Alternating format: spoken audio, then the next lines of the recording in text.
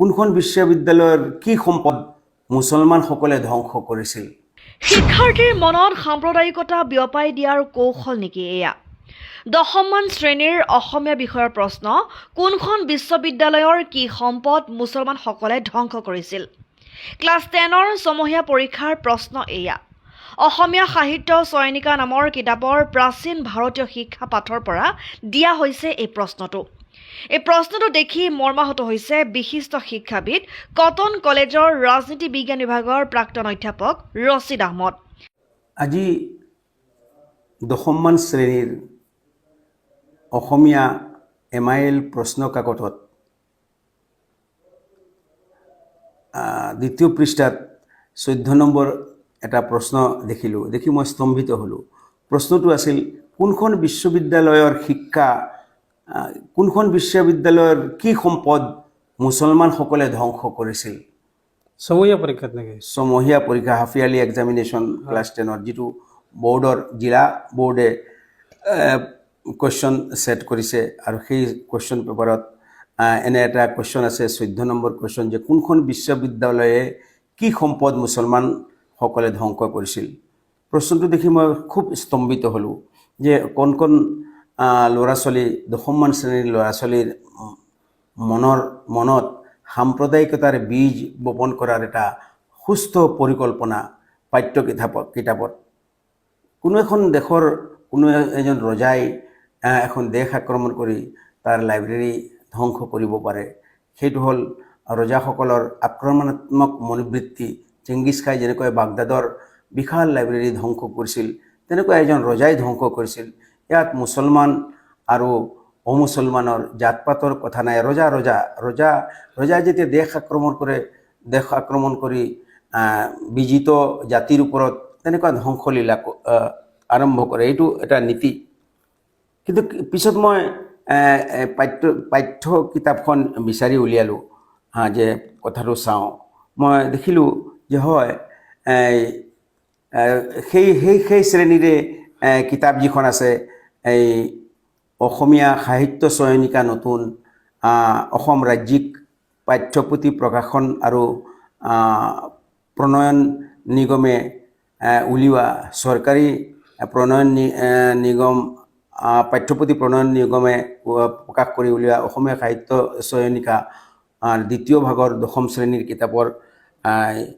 কিতাপত 115 পৃষ্ঠাত এই কথাটো সঁচাকৈয়ে লিখা আছে। তাতো এনেকুৱা লিখা আছে যে উদান্তপুৰ বিশ্ববিদ্যালয়খন 8ম শতিকাত মুছলমানসকলে ধ্বংস কৰিছিল। মই কিতাপখনৰ কথা দেখি প্ৰাচীন ভাৰতীয় শিক্ষা নামৰ লেচন বা পাঠটোত এই কথাখিনি লিখা আছে। তাতো তেনেকুৱা লিখিব নালাগিছিল।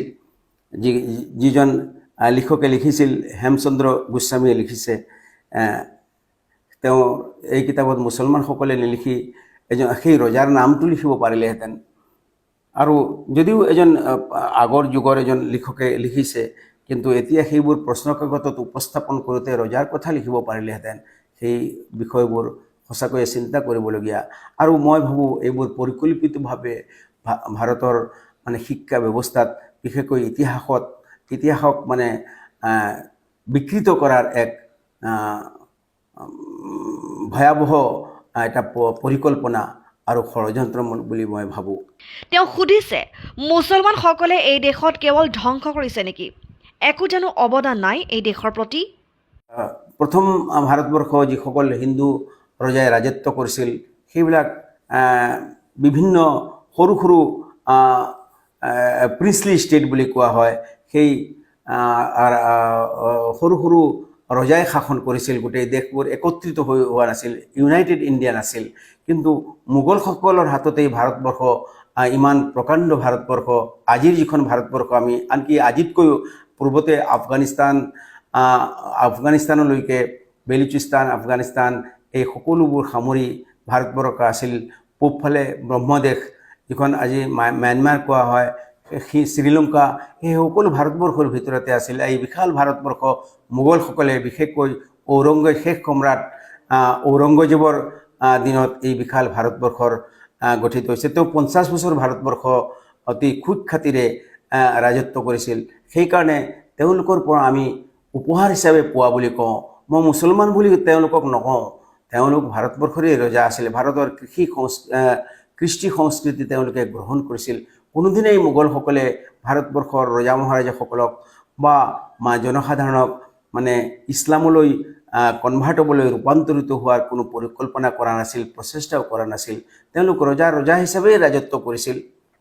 ধনখন লৈতো যোৱা নাছিল ক'তো তেওঁলোকে। নাই, তেওঁলোক ধনখন লৈ যোৱা নাই। যিসকলে আক্ৰমণকাৰী আছিল চুলতান মাহমুদৰ নিচিনা, তেওঁলোক ধনখন লুটপাট কৰি নিছিল, গুচি গৈছিল। তেওঁলোকে ভাৰতত নিগাজীকৈ ৰাজত্ব স্থাপন কৰা নাছিল। যিসকলে নিগাজীকৈ ভাৰতবৰ্ষক শাসন ব্যৱস্থা প্ৰতিষ্ঠিত কৰিছিল, তেওঁলোক ভাৰতীয় হৈ গৈছিল, ইণ্ডিয়ানাইজ হৈ গৈছিল আৰু ভাৰতবৰ্ষই থাকি গৈছিল। তাজমহল, কুতুব মিনাৰ, লালকিল্লা বা নৱাবসকলে যিবোৰ ইমামবাৰা বা ডাঙৰ ডাঙৰ প্ৰকাণ্ড স্কুল, শিক্ষা প্ৰতিষ্ঠান ইত্যাদি প্ৰতিষ্ঠা কৰিছিল, ভাৰতবৰ্ষৰ কাৰণেই কৰিছিল। News desk report, KSC news.